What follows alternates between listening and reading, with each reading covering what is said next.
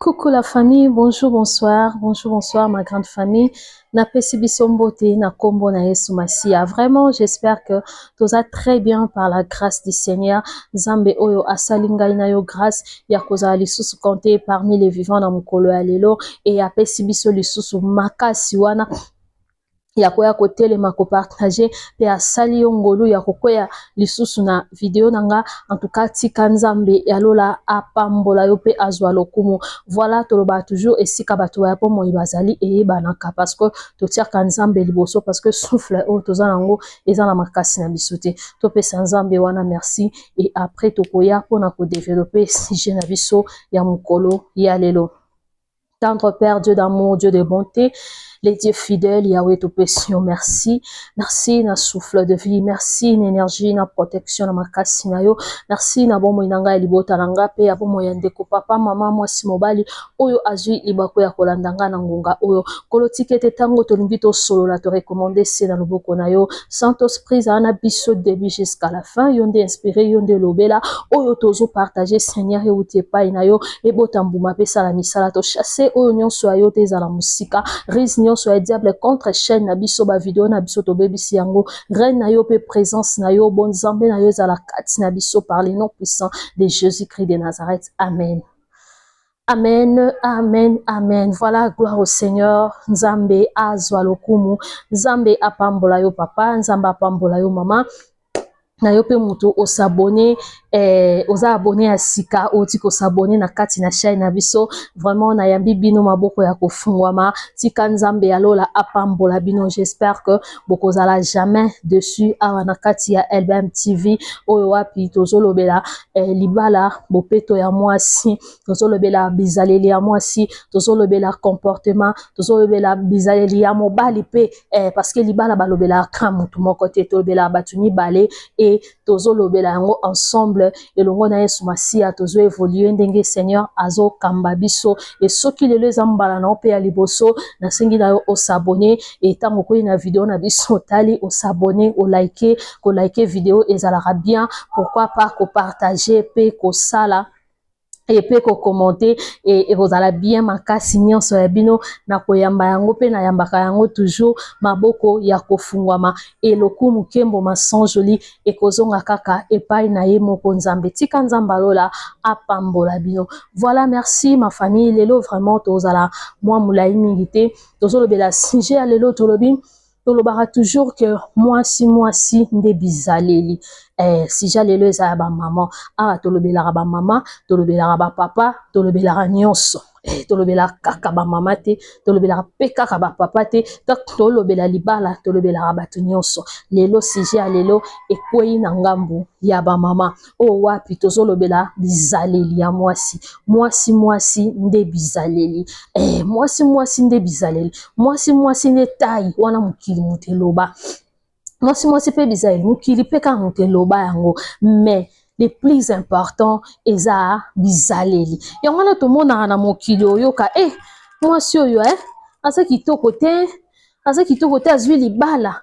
basi ya bilongi mabe na kati na mabala basi ya bilongi kitoko libanda bazobala te wana mokili elobaka toyoka yango alors nyonso wana eza mpona kosala ke to comprendre po te toyeba ke mwasi eza ka beauté physique te mwasi eza ka taille te mwasi eza ka misu soki nini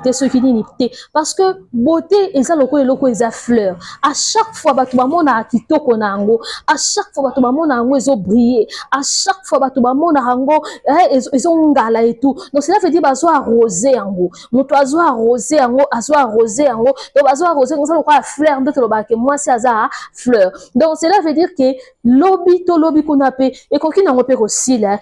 tomona bato mosusu pene otali penza pe ke oyoka lisolobi ser oyo sera banda ko régner seri bazalaka so otali yo pusana o beauté o kitoko o taille metanda koma donc pour dire que beauté esilaka beauté silaka okoza no peta mususu nayebi te choko pembe pe ya kobotama ou bien nini ekoki mpe kosila vu bacirconstance basituation parce que nga nayeba bato mosusu bazala pembe otali ye mpe lelo okoma boye donc mpo nini eza na makambo mosusu eyaka na vie esalaka motu mpe afane moke achange moke asala boye moke obosani mpe motu wana mais eloko eza ya kati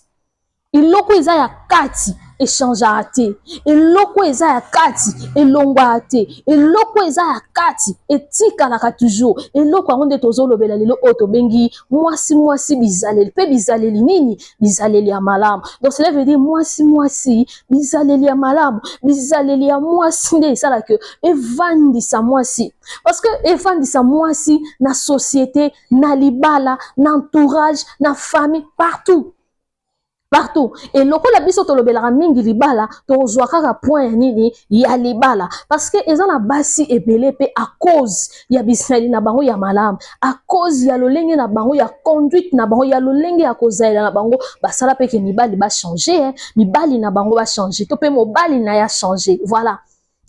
omona pena mwasi moko boye abandaka dans mobile moko boye plutôt abandaka se comporter bien te asalaka na ba comportement moko boye azalaka ndenge mais une fois qu'il akutana na mwasi moko oyo bezo bisa biso ke la femme vertueuse mwasi ya bizaleli ya malamu mwasi oyo ayebi malamu ko jouer rôle na ye mwasi oyo ayebi malamu ko mettre en pratique oyo ezali ba principe ya vie oyo ayebi malamu ko sala oyo eza rôle na ye mwasi wana pasala ke mobile wana sa nini a changé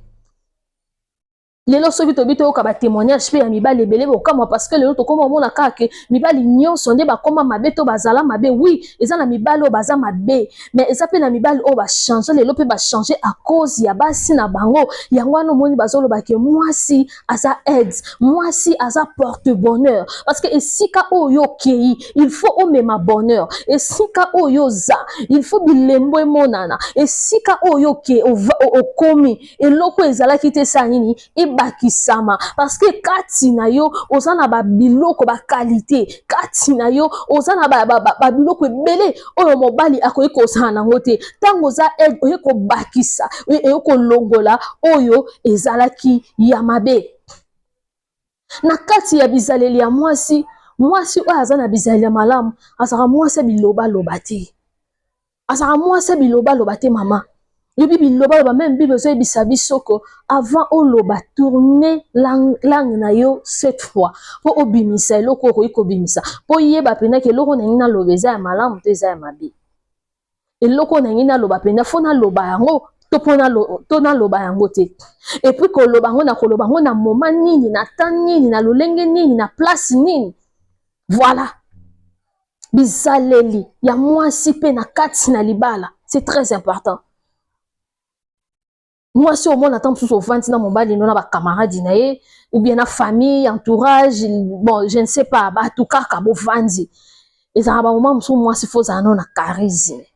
Tant que place, sous bateau basé qui est mobile, l'opa zawana, moi, tu vois, bêta ma solo, bon, il y a des ma solo d'ensemble, où il y a que mon tout parti, mon tout nyon, soit, à zawana participer, à tanaeli loba, ils a ranango. Mais esenga na ba moment moko boye pe ovandi osali no charisme oza mwasi ovandi place mibali ebele bavandi mibali kutu baoyoka na te ka yo bana bandi koyoka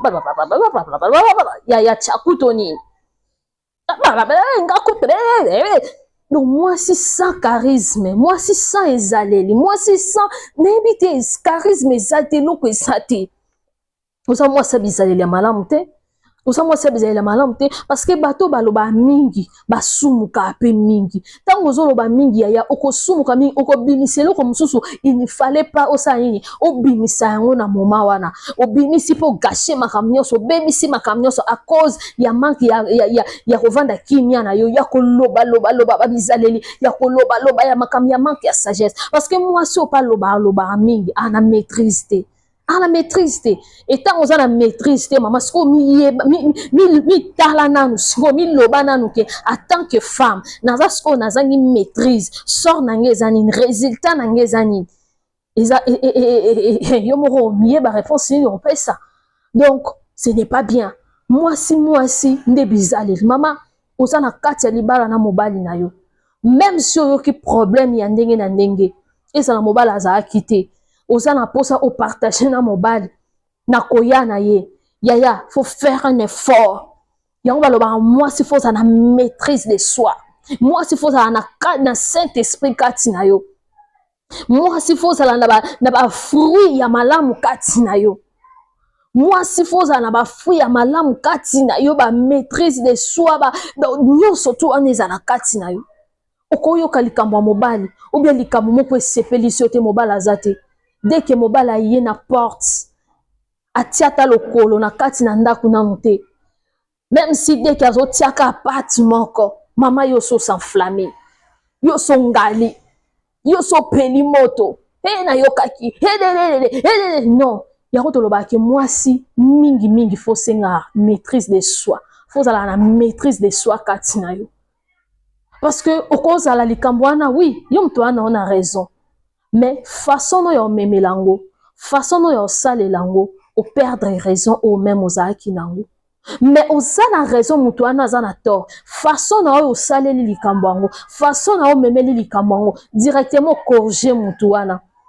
okorge mpe osungi ye yango nalobi na debi ke mibali ebele bachangea bongo à cause ya bacomportement ya basi na bango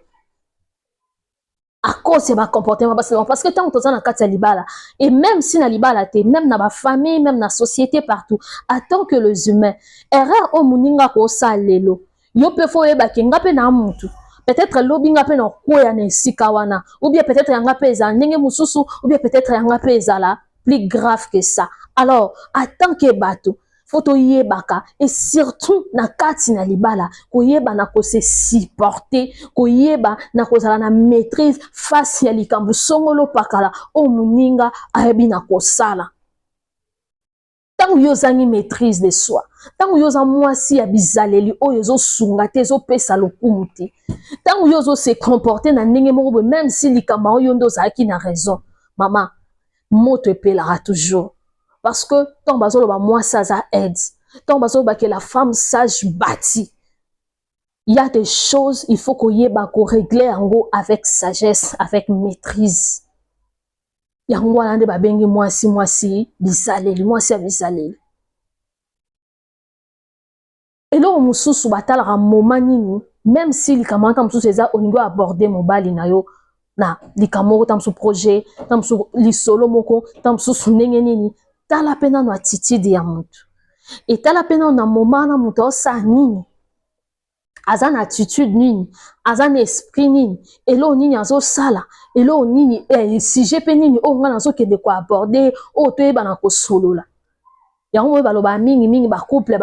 basololaka na butu 4 heures 3 heures et tout bon ça dépend mais tout dépend na attitude na comportement mpe na façon yo motu ozokende koabordele likambo poko mpe koloba ke na butu nde ezalaka bien 4 heures 3 heures ntango motu ezalaki bien mais ce que okiango mpe na ndenge bien te obebisa kaka donc il faut koyeba moment nini na koaborder sujet oyo eloko oyo na koaborder yango nde nini comportement na ngo na kose comporter comment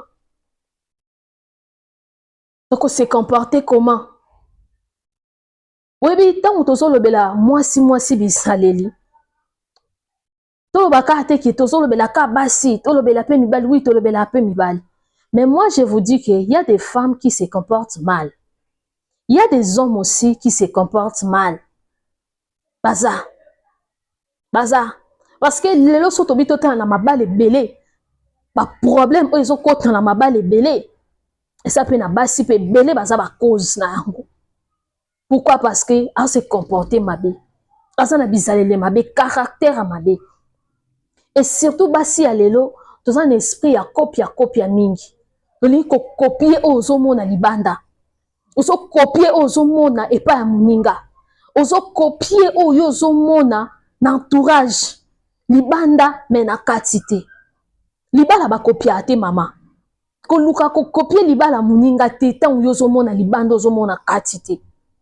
libala oyo ya yo na mobali na yo bosale dozwa yango lokwa monde na bino bwana monde na bino moko na bana na bino bien sûr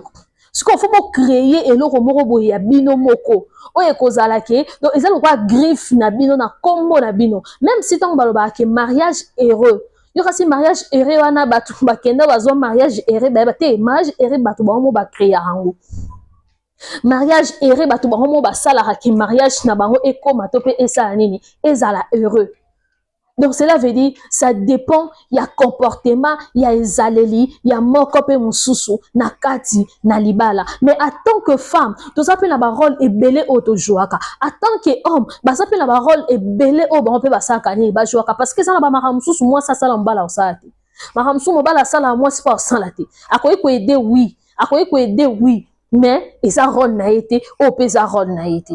Donc pour dire que il y a honte lo barake, to y a na mission. Mutuna mutaza na mission na ye oyo lobby à ko rendre compte et pas nzambe ce qui lelo nzamba telemisi biso de part et d'autre to partager boy to solo la to panza sango to sungana ezaka grâce ezaka ngolu ya oyo azwi libaku asali nini ayoki akepatie na misala yo koloba te ke ngana sale bongo ye mama sala par na yo mutuna mutana par na ye mutu na mutu aza na part na ye mutu na mutu aza na compte na ye oke rendre pa nzambe ebongo yokanisi nzambe oyo apesa institution wana so yo osali part na yo ye nzambe ozanga osala part na ye yango tolobaka toujours ke mwasi nyonso ozosala na kati ya libala no nyonso okoki kozala faut toujours koassocie nzambe parce que na makasi na biso mo tokoka elo te yaya tokokaa te na makasi na biso mo tokokaa te mpo so na telemi nazwa ata na simba ata telefone boye nazwa na simba ta papier mouchoir boy nazwa na simba ta kopo na simba te loko eza makasi nanga te eza makasi o nzamba pesi même si na ovandisa mobali ovandisi mobali no bo solola bo partager bo conseiller et tout eza makasi na bino te eza o nzamba pesi mais pourquoi pas ko associer ka na eloko nyonso ko tia ka liboso ya nyonso pona makasi na biso mo to ko kate olobaki naza eza ndenge na nga eza bato mosusu bamilatisa bandenge moko boye ya bien te ya mabe yokanisi ndenge oyo tutelaka tolo ndenge na yo façon na yo wana yo mona yango lokumu mo eza ndenge na nga eza bandenge na nga bandenge ya bien te yala bandenge ya bien eza pe na bandenge pe ya bien te yo siko oza na ndenge ya bien te ntango siko ozokutana na libako bato bazokorge bazosunguluka osaisir opportunité wana osalela yango otrouver grâce mais ntango ndenge oyo ozotutela tolo eza ndenge ya mabe epuis ozotutela yango tolo ozosala effort te ya kochange ozoassocie nzambe te yaya mutu na moto azala na compte na orendre liboso ya nzambe epuis balobaka conséquence corrige mieux que les conseils. Tant conséquence ya ndenge ya bien te oyo kokomela yo ozaka yo moko na chambre na kolela si je savais alors mwasi bizaleli mwasa bizaleli azaka na kei ya malamu mwasa bizaleli ya malamu ayebi koyamba mobali ayebi koyamba bapaya ayebi koyamba belle famille ayebi koyamba bapaya na kati ya ndako na ye mwasi bizaleli ya malamu ayebi kosolola ayebi kovanda na bato ayebi koloba ayebi kelangage oyo na oloba eloko na oloba te mais yo loba kose contrôlera te e na si na lobi ebimi ekei ya eza na baconséquence baretour ya bamaloba mosusu loloba eyaka esalaka mabe mpo na nini bizaleli no eza bien te oye na kati ya libala oye kokabola mobali na famille na ye mwasi bizaleli ya mabe yaya yokanisi so bino boza na poto so bino boza na mboka nini botushaka basalaire ebele yo tali olobi angaka mboka na biso bango baza kuna famille mobali wana yo oyebaki ye mpo na nani mobali wana abalaki yo mpo na nani mpo na famille esika auta pourquoi yo oye na vie ya mutu babengi yo aide olie osangisa yo oye kodivize yo oye kokabola yo oye koseme trouble yo oye koseme désordre yo oye kotalisa mobali ka kote na yo oye kotalisa mobali ka famille na yo oye kotalisa mobali ka famille na yo oye kotalisa non ntango mpe oza mpe mutu nzambe mpe apesi yo mpe makoki oza mpe na makasi mpe ya otravaille soki ozotravaille mpe osoutenir mpe famille na yo mobali mpe aza na oyo aye yo mpe oza na oyo aye mwasi atalisaka mobali kaka mopanzi moko te mwasi asangisaka mwasi bizaleli ya malamu asangisaka adivisaka te akabolaka te mwasi bizaleli ya malamu ayebi kovandisa nzambe kati na libala na ye parce que libala oyo ndako oyo mwasi oyo asocia nzambe avandisa nzambe na domaine nyonso tu ya mariage na ye azalaka toujours na ba biloko eza positif en fait. Positif. Otala penza bozomona mwasi okumisa Nzambe pe ozozwa image ya Christ. Pe ozozwa image ya Christ. Mwasi abizayeli azala mwasi asongi te. Azala mwasi biloba te, mwasi apanzaka te. Mwasi oyo asangisaka. Mwasi abizayeli ayebaka tani nini fona sola na mobali nanga sujet oyo est-ce que ça sujet fona ke so na mobali nanga na moment azota match aza concentré, na moment azota la film aza concentré, na moment azosala boinga te fona na sujet oyo est-ce que pena kozwanga considération ba couple ebele beaucoup na ba mabaku na mitambu wana na ba biscade wana pour ça. On oyeba ke elo nyonso to chaque chose a son temps Bible ezolobango même. Chaque chose a son temps. Mon tout temps sous soza na imer moko be na attitude moko ba se concentrer na eloko moko ne momana oyo moni yo talisi makambo yo loba makambo. Même si okaki sangwa mobali likambo mobali oboyi kopesa mobali biloko olia oboyi kozwa su ya biloko ya mobali otiki mbetu nokela na chambre eloko wana botika ngo bino ba couple bosala ngo botika ngo. Même si kanda ngo eza neni ba abandonnera li conjugalité. Ba abandonnera li conjugalité. Li conjugal c'est quelque chose où ezo sangisa batu mibale. Où ezo sala ke batu wana ba koma moko. Où ezo sala ke batu wana ba yebana, où ezo sala ke batu wana ba kodi intimité, où ezo sala ke batu wana ba za la relation, communication na Nzambe.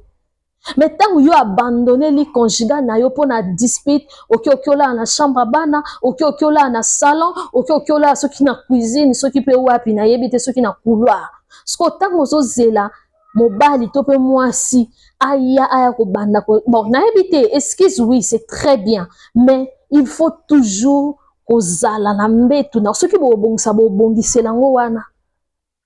Il ne faut jamais abandonner les conjugal na yo à cause ya dispute moko, à cause ya eloko moko. Ote na la kuna te voilà ce que tango yo bio la kuna te libale kufi ou bien za na tanda libale kufi to eza na tanda. Mwasi bizaleli, mwasi mutu, mwasi comporte makati yaya mobala ko lula opona misu wana pe lobita muso ko ozwa polo et c'est déformé nango mobala ko lula opona kingo mwambe lobi poko lata chaînette mwa manzande bebisi o kingo etiki o batache etiki o ba noir bebisi o kingo mobala ko lula opo soki na taille soki na nini eko beba mais bizaleli kati na yo nde sala ke mobali a changé et pas seulement ça pour associer ango na Nzambe nde sala ke mobali a changé nde sala pena valeur na yo nde sala valeur a kibomwasi parce que belé to boye barate et barate ke façon no ya ko se comporter nde zo sala valeur na yo nde zo sala pena kibomwasi na yo c'est ça parce que ceux qui se comportera mabe on le balangage moko mabe surtout ba mame bele bana balangage mabe akofinga ba balangage mso bozo zwa kana bozo lokota kana réseaux sociaux oyo memi on a kati ndako no solo bela mo bali no solo bela ngo bana na eza penini ata to bien ngo toza na 21e génération qui siècle eza na ba vitesse mususu non mais arrêtez il y a des choses faut avoir des limites s'il vous plaît il y a des choses faut avoir des limites. Yo nyonso tuteka yo ke olokota libando yo kotisi na ndako na bana bakomi ko bimisa balangage bien te ozolobela ngo même mobali no po yo ka ki on a réseaux sociaux lokota ki on a nzelo lokota ki on a balabala parce que éducation ni ozo na kati ndako na tant qu'une mère ce n'est pas bien, ce n'est pas bien, il faut que changer kati ya moi si ndeza le plus important et ko bimana kati no mobala olulo pour la première fois pour na beauté pour na taille et tout et après Tangatio na katanda, on a quelque chose de précieux, on a quelque chose de meilleur. Et kobima kati na yo, et ça comportement na yo, et ça zaleli na yo, et ça façon d'être na yo. Moi je suis il y a femme vertueuse, il y a Proverbe 31. Tout le monde mobali nda sopela e ba éloge. Biso basi alelo. Bibali bazo sopela biso be éloge ndenge wana. Yo mwasi alelo. Mobali bazo sopela éloge ndenge wana. Pourquoi? Parce que pona yo kianga na kati libala ya sama kamninga sama tala babilo msubo lokota ka te bosala na réseaux sociaux nyonso za ya lokota te mes sœurs e mobala ta kei na okosi wana lokuta balangage na babilo msusu bozo lokuta lokuta ata lali dejo nanda ngana olia fufu wa lokuta makasi mobala lali dejo nanda kutaki ya 3 jours yo olia fufu za l'aise bino musubolo ba boko sa te ko botika lokuta bo changer bizaleli moi si bizaleli moi si caractère moi si personnalité moi si des vraies valeurs d'une femme na façon ya koloba zala na balangage malamu yebe loko nini na obimisa na moment nini na tango nini pe pa nani et puis nga moko naza na nani pe bilo nini na obimisa na monoko nanga na tango nini etambo nange lobeli nanga parce que za na basi ebele bazwa même mabala bongo à cause ya oloba bien ya ko se comporter bien attitude bien ya douceur ya donc nyonso wana ezo compter za na kati ya bizaleli ya mwasi kozala douce kozala tendre kozala biloko nyonso eza na kati ya bizaleli ya mwasi siko yo soki oza nango tozangi yango epuis soki bateyi olobi na osala te asala oyo alingi asala oyo alingi mama libala eza na bato mosusu baboya na bango mabala na moto aza na choix ya vie na ye kenga na mobala na nga te natikali na nga bongo atikali na ye mpe aza bongo mais ntango yo ndimi ke na obala yobi pourkui bato na question 3 fois ondimi libala okokoka libala ondimi libala webi question wana te siko bato na yango pwani po webi ke siko ozokende okuta na bangomba okuta na bani donc sikoyo fosala effort ya kolonga eloko oyo ndimi yo accepte siko ntongo yo okoti libala balobi sala bobi te na osala te ata sali akende ata azongisi asala ata siko ondimelaki libala ni estce ntango yo okendaki obandaki kobala oyebaki te bamakambo mosusu okutana oyoka ata na bamasolo te osouhaitaki te motu moko mpe te asouhaitaka kaka ekutana nango mais si ça arrive maintenant eza na babilo mosusu nzambe alekisaka biso na baepreuve po atala niveau na biso eza babilo mosusu nzambe alekisaka biso donc soki nzambe ayebi ke eloko wana okosurmonta ngo alekiso wana mpe mpo obimisa baeffort ça fait partie ya kokola ya vie ya motu yo kasi kokola ntango tokolaka kaka na baage olali tolamuki tookola tokolaka na baexpérience ti na baexpérience tokola na sagesse tokola na bamayele tokola na babiloko nyonso tokutana na mokili yango esalaki tokola tograndir bakuya ya vie et nyonso wana ça fait partie ya kokola na biso sikoyo quand toi tu abandonnes est-ce que ozojouer rôle na yo to ozojouer te ojouer te donc changer bizaleli il faut changer faut réfléchir aux images à une femme capable donc femme capable femme capable so bakoma même bakombo la bona ba réseaux sociaux femme capable en réalité au télé peu capable na ebité kutunza azape femme capable en route et comme elle car maintenant et comme ba so be abandonner au meilleur ba femme capable bizaleli ya moi si c'est très important moi si bizaleli moi si qualité, capacité, moi si. Donc, bah, vraie valeur, il y a moi si. Chaque jour, on apprend. Tu apprends, chaque jour, tu découvres. Chaque jour, il y a un des salaki. En tout cas, bah, maman, tout le monde s'habille. Na ma bala, na ma société, na ma entourage, partout et pas yo, plutôt swami, bizaleli, moi si, c'est très, très, très important. Bablo nyonso Bible biso la femme sage, femme vertueuse, femme sage, femme aza aide, femme aza ce que biloko wana soko sangisi yango omona kaka ke loko wana nyonso fo bima po bato bamona yango eza bizaleli na ngande kolakisa pe kosala biloko wana nyonso ebimi mwana na miso bato tika nzamba lola pambola biso. J'espère que message ekosunga mama moko papa moko tokozwa tokotia na misala lokumu ezonga kaka pa nzambe. En tout cas Nzamba pambola biso, to s'abonner, to liker, to commenter, to partager. Ngala bino to kotani prochainement. Que Dieu vous bénisse abondamment.